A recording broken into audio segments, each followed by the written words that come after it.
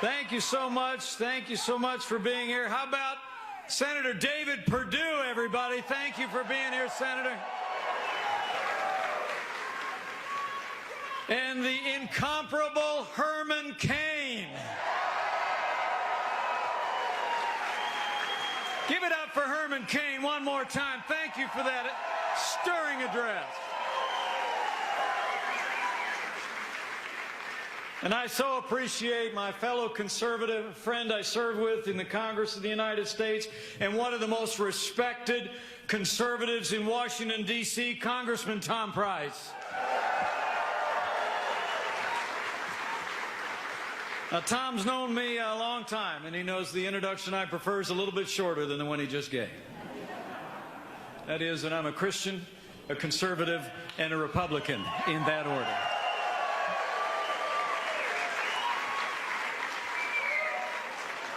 And it's just now a little more than a month ago that I was humbled and honored beyond words to accept my party's nomination to run and serve as the next Vice President of the United States of America.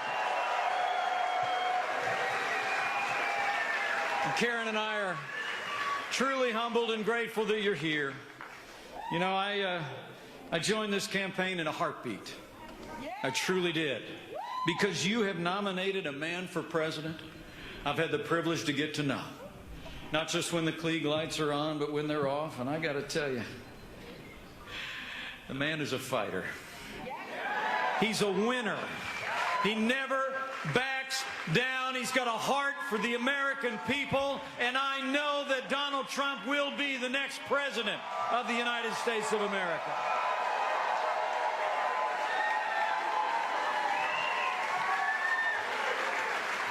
You know, people back in Indiana, I was home over the weekend, they come up to me and say, what is it about Donald Trump?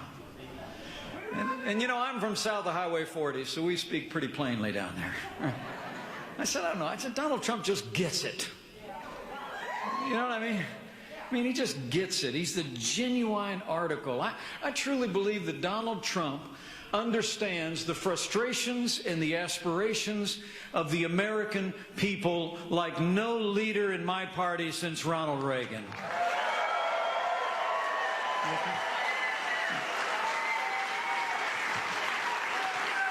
I mean, he's a genuine article, distinctly American, and he's a doer in a game usually reserved for talkers.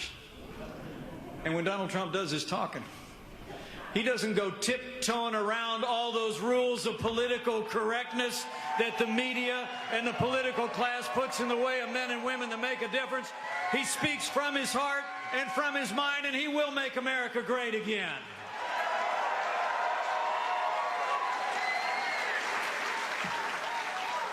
And frankly, it's just a lot of fun to watch. Especially watching, you know, the part of the other party. I mean, he drives them a little bit crazy. I mean, you think about it, the party in power and all their friends in the media just seem powerless to figure this guy out. I mean, they all keep telling each other, you know, now we got him, right? That tweet, that word. They think the usual methods are going to work, and then they turn on the TV the next morning, and Donald Trump is still standing stronger than ever before and fighting for the American people, and he's going to fight all the way to the White House.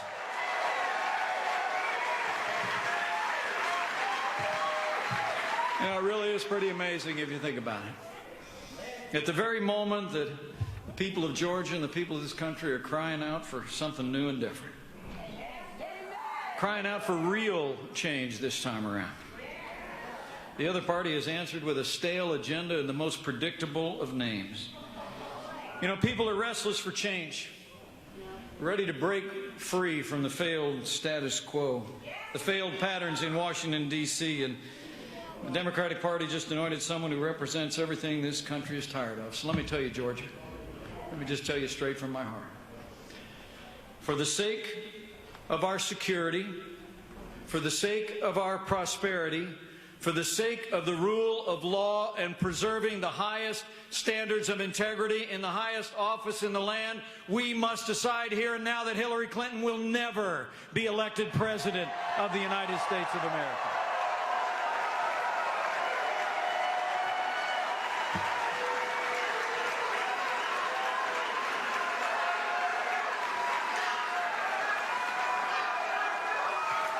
Because we've got, in Donald Trump, we have a leader.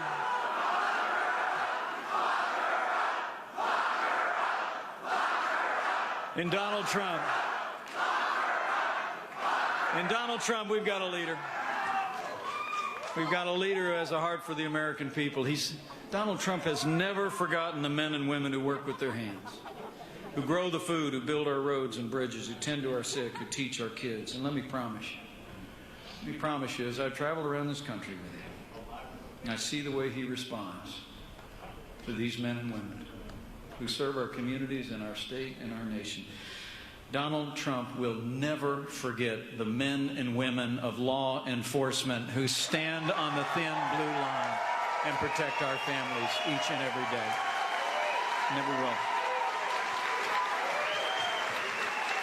You know, as the chief law enforcement officer of the United States of America, I promise you, President Donald Trump will support our law enforcement at every level. He will provide the resources they need to protect our families and come home safe to theirs. And he will fight to restore law and order in every city and every town in the United States of America. He will.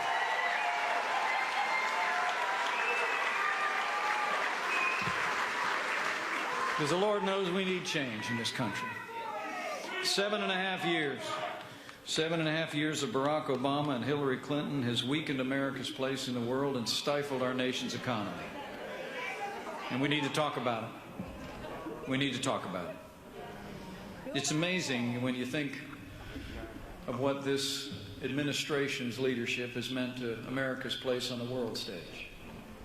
I served for 10 years on the Foreign Affairs Committee. I traveled in and out of Operation Iraqi Freedom and Operation Enduring Freedom. I saw the hard-fought gains in the global war on terror.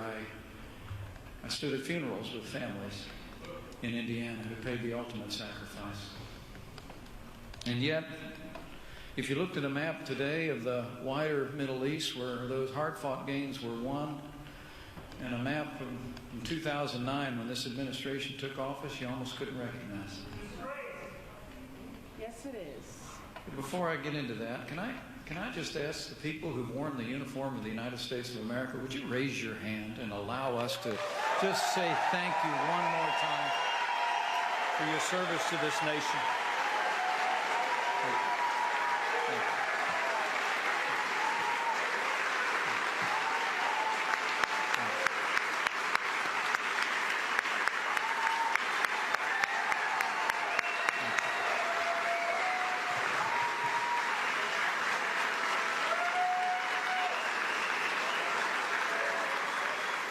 You know, it was Hillary Clinton and Barack Obama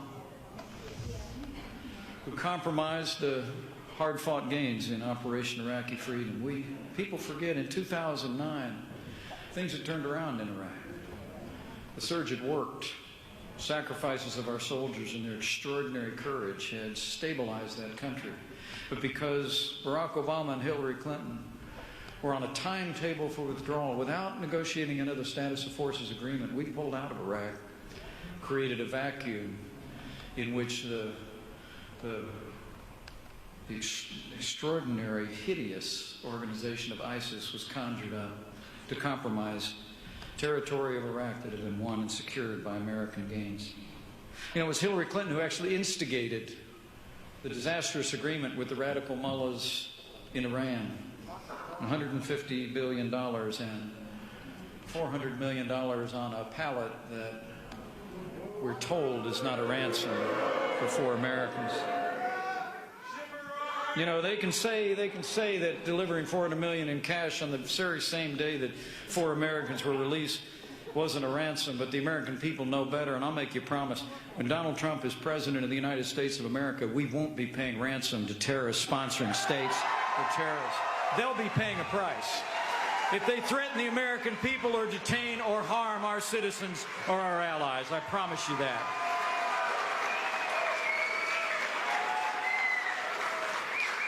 You know, history teaches us that weakness arouses evil. And Hillary Clinton and Barack Obama's foreign policy of leading from behind, moving red lines, feigning resets with Russia and the rise, rule, and reign of ISIS are a testament to this truth of history. Perhaps most striking of all to me, as the proud father of a United States Marine,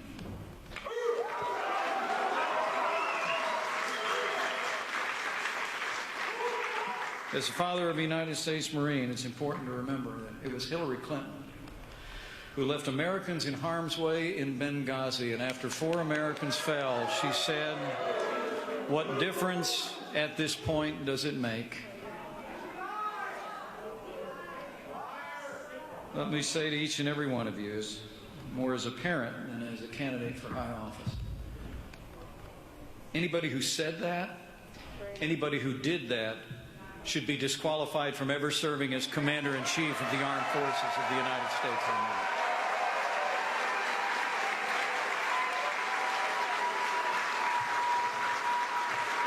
We cannot have 4 more years apologizing to our enemies and abandoning our friends. America needs to be strong for the world to be safe. And I promise you, from the first day of a Trump administration, we will rebuild our military, restore the arsenal of democracy. We will stand with our allies, and we will confront and hunt down and destroy those who threaten our people and our freedom.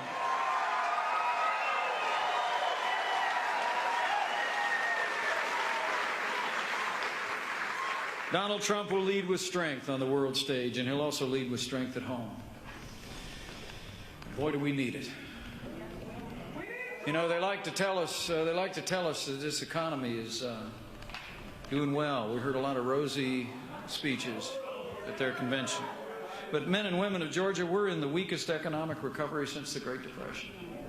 Just this last couple of days, we learned that our economy had grown by just 1.1%, rounded down from the last. We have the lowest labor participation rate since the 1970s, and there's 7 million more Americans living in poverty today than the day that Barack Obama took office. Hillary Clinton's plan, it's more of the same. I mean, she's literally running, and her party is boasting about her running for Barack Obama's 3rd term. More taxes, more regulation, more Obamacare, and more of the same policies on energy that are stifling our nation's economy. $1 trillion in new spending, more than $1 trillion in new taxes. You know, all that spending, Hillary Clinton was asked just the other day how she was going to pay for all those new government programs. She said, quote, "I'll tell you how we're going to pay for it. We're going to go where the money is. We're going to go after super wealthy. We're going to go after corporations. We're going to go after Wall Street."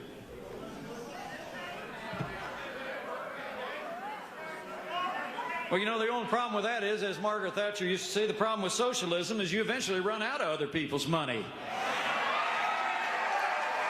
You know, they tell us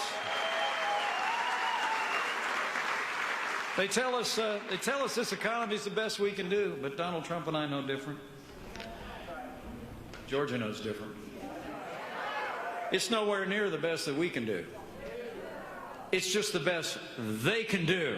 And when Donald Trump becomes president of the United States, we're going to drive policies that unleash the boundless energy of this economy, and we're going to get America working again for every American. Donald Trump has a plan. Donald Trump has a plan to reignite our economy with tax reform, regulatory reform, trade reform, and energy reform. A lot of what conservatives on Capitol Hill have been talking about for a long time, but just simply didn't have a partner in Washington, D.C. to support. That's the truth of it. Now, Donald Trump's going to roll his sleeves up, and he's going to actually embrace that plan the House Republicans put forward. We're going to cut taxes across the board for every American. We're going to lower marginal rates. We're going to end death taxes once and for all. And we're going to lower business taxes so businesses in Georgia can compete with businesses around the world and keep jobs right here.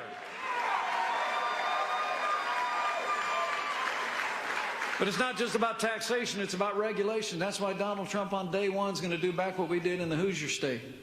We cut a few taxes back there in the last 4 years, but we also froze regulations. Donald Trump's going to freeze any new federal regulations. He's going to repeal every Obama executive order on day one that's stifling jobs in Georgia and in this country.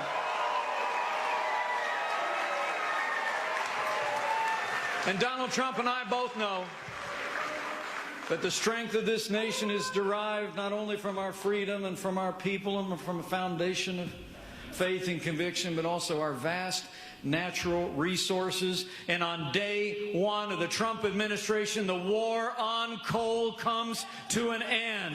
We're going to allow the American people to call forth the power of this nation and develop all of our resources. And lastly, and Tom and David, if we can get this done on day one, it'd be real good. They actually, before we get inaugurated, the Congress actually convenes. So we'll be looking to them to put on our desk a bill that will repeal Obamacare lock, stock, and barrel.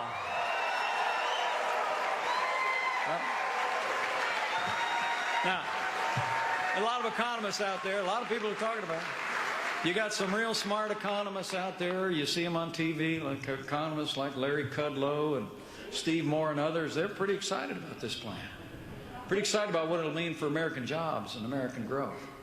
Quite a contrast to Hillary Clinton's plan that's projected to cost hundreds of thousands of jobs with its higher taxes and more regulation and more Obamacare.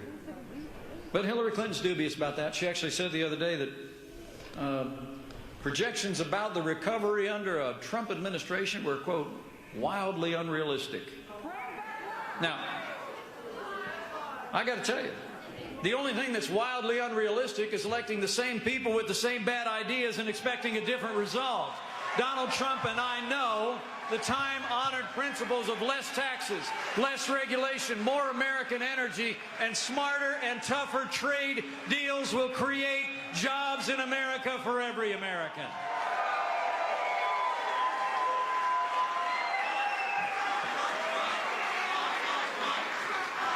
You know, as this election approaches, there's one other issue on the ballot I always feel important to mention.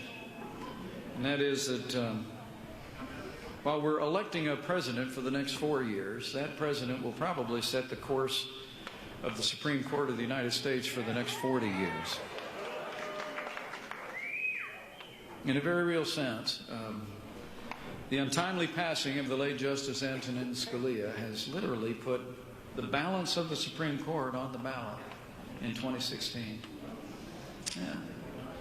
As tragic as his passing was, and I and Karen had the privilege of paying our respects at the Supreme Court as he lay in state, it seems that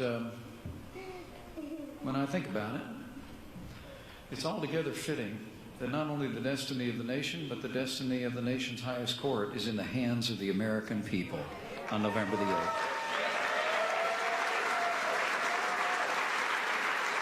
But you need to think about it.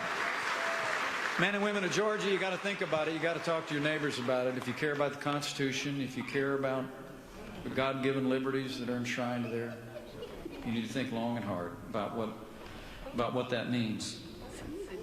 When elect Hillary Clinton, you better get used to being subject to unelected judges using unaccountable power to make more unconstitutional decisions.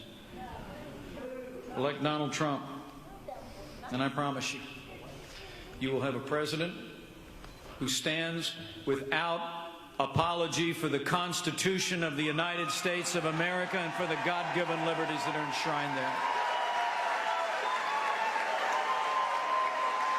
So I say to you, for the sake of the rule of law, for the sake of the rule of law, for the sake of this sanctity of life, for the sake of our Second Amendment to the Constitution of the United States, for the sake of all the liberties enshrined in our Bill of Rights and founding documents, we must ensure from Georgia forward that the next president making appointments to the Supreme Court of the United States is President Donald Trump.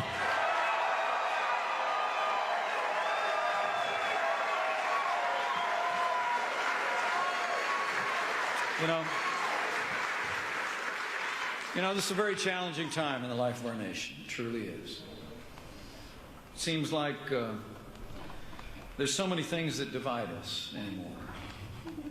So few things that unite us in great purposes the way they once did. It's in moments like this when politics seem to fail us that I think it's important to remember. Whatever you hear on all the talk shows, whatever the pundits say, there will always be more that unites us in the United States of America than will ever divide the good and great people of this land. It's true.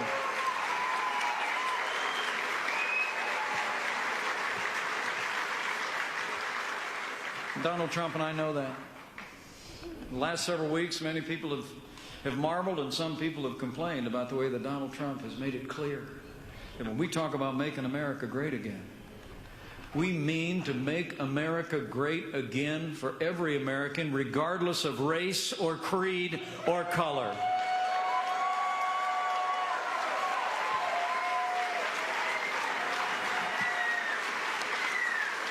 Unfortunately, the old playbook of the other party has come out.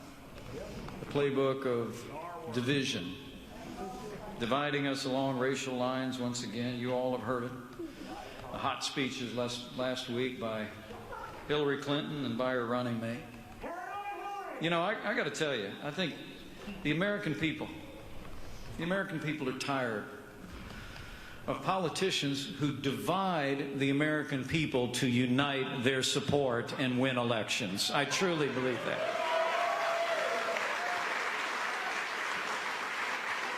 We're tired of the divisive politics of the left. And so I want to challenge you. I want to challenge all of you today. As you go forward from here, I hope you've heard something about the issues in this campaign. I hope you've heard about the message that we have to deliver all across Georgia in the 71 days that remain in this campaign. But I hope as you present that choice to neighbors and friends here in Georgia, you'll talk as much about our aspirations as our frustrations. You'll talk as much about the change that we can make as you do with the choice that we face. Because I truly do believe that all the divisive rhetoric in the world, all the focus on what divides us, pales in comparison to when the American people recognize that we can be better, we can be stronger, we can have broad-shouldered leadership that commands the respect of the world again, and we can unleash the boundless potential of the American people on a foundation of the liberties enshrined in our Constitution. We can do it. But we've got to choose.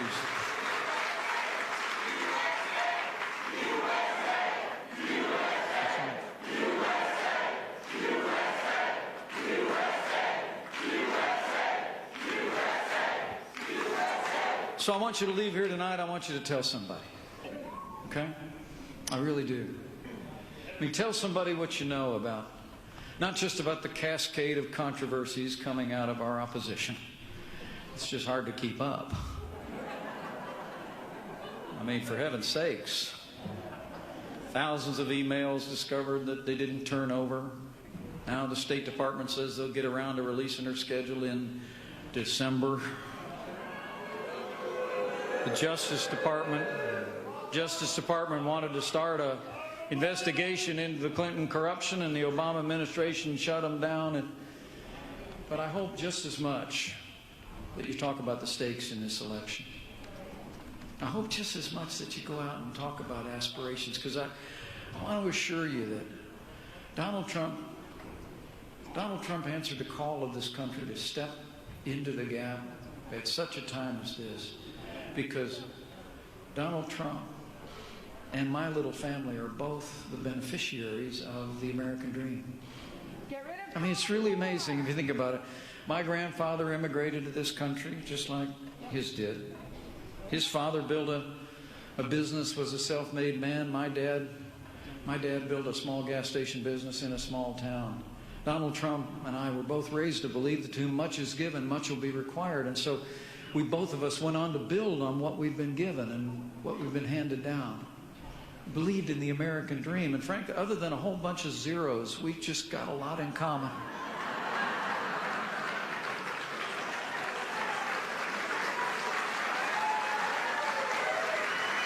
It's true. But it's the same thing. I think the reason that he and I and our families made such a connection so quickly is because we both are humbled by what this country has meant for our family. And I just want to assure all of you, as you go out from here, let's lay out the choice. Let's lay out the choice between, this isn't a decision between electing someone who will have America do this well and someone else have America do this well. I truly do believe that this is a choice between someone who's determined to continue the failed policies that have weakened America abroad and have stifled our nation's economy, and someone who is willing to plant his feet in the ground, turn around, and lead the American people back up to the heights of greatness at home and abroad. That's what it is. But that's an aspirational message. So let's draw people to us. And also, I'd say one other thing before I close, and that is, if you're inclined to do as Karen and I do, from time to time, to bend the knee, we encourage you to do it.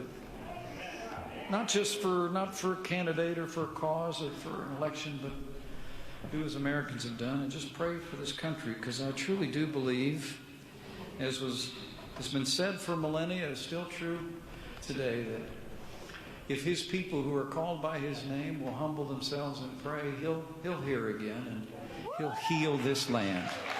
I believe it with all my heart. I believe it.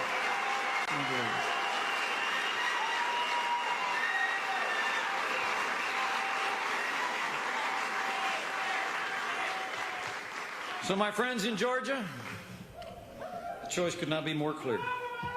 The American people can elect someone who literally personifies the failed establishment in Washington, D.C., or you can elect a leader who will fight every day to make America great again. But here's the choice, and I think this is another time for choosing. I truly believe it is. My wife's favorite poet is Robert Frost. And there's that really neat poem where it says, two roads diverged in a woods, and I took the road less traveled by, and it made all the difference. America's always taken the road less traveled by, the road of freedom and personal responsibility and rugged individualism. And we can choose that again this year, but we've got to make a choice. So let me lay it out for you one more time. If you want a president who will protect this nation, rebuild our military, restore the arsenal of democracy, confront radical Islamic terrorism, and rid the world of ISIS,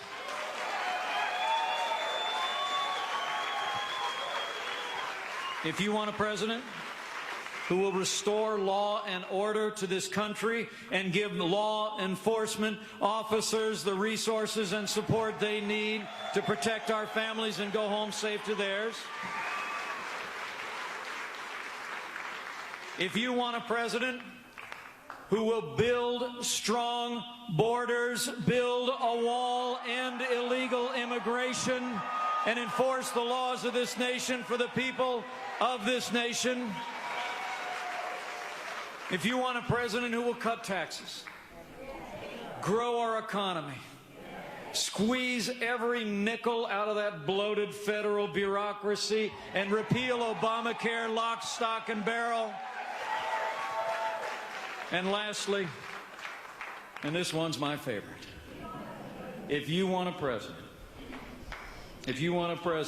who will upend the status quo in Washington, D.C., and uphold the Constitution and the highest standards in the highest office in the land, then I say to you here in Georgia, tell your neighbors and friends, we have but one choice, and that man is ready. This team is ready. This movement is ready. Let's go make sure that Georgia is ready, and we will make Donald Trump the 45th President of the United States of America, and he will make America great again.